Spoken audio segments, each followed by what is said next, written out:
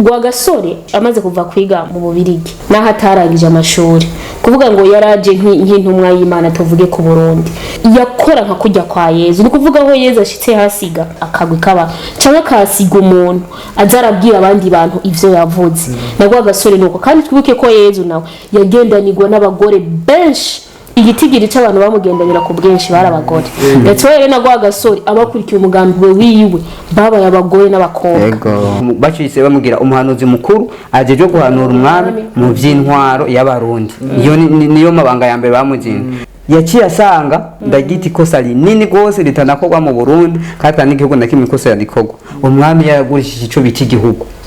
yaragurishije intara ya Muramvya yose yarayiriye mugabo turibuka ko ubutungane bwari buhari nkuko bavuze kw'izina barabanjije barabwiha babwaka abashinga ntahe kugira ngo bashike ku nyungu zabo mugabo mwibuke ko hari n'iciza bakoze igihe umwami yari yagurishije Muramvya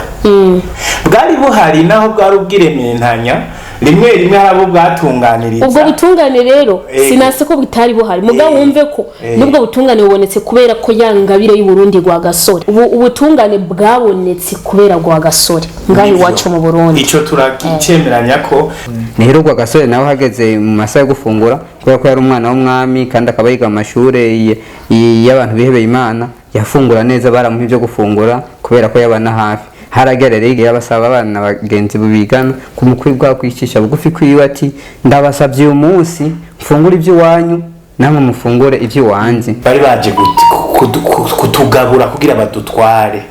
aribyo byatumye babazana ibintu by'amoko kuducamwe imigwi ngo Rwagasore yari yamaze kubabona Rwagasore muri we yakuze yanka karenganyo bivuga ngo ntiwashobora kurenganya undi mwana witwaje ngo umwana w'umutware abona Igitega abanyeshuri kubera ko higa abana b'abakene n'abana b'abatunzi bari barasize itegeko rivuga yuko naho umwana azokwambara ibirato ashitse imbere y'ishuri azoca bikura rero kugira ngo banyene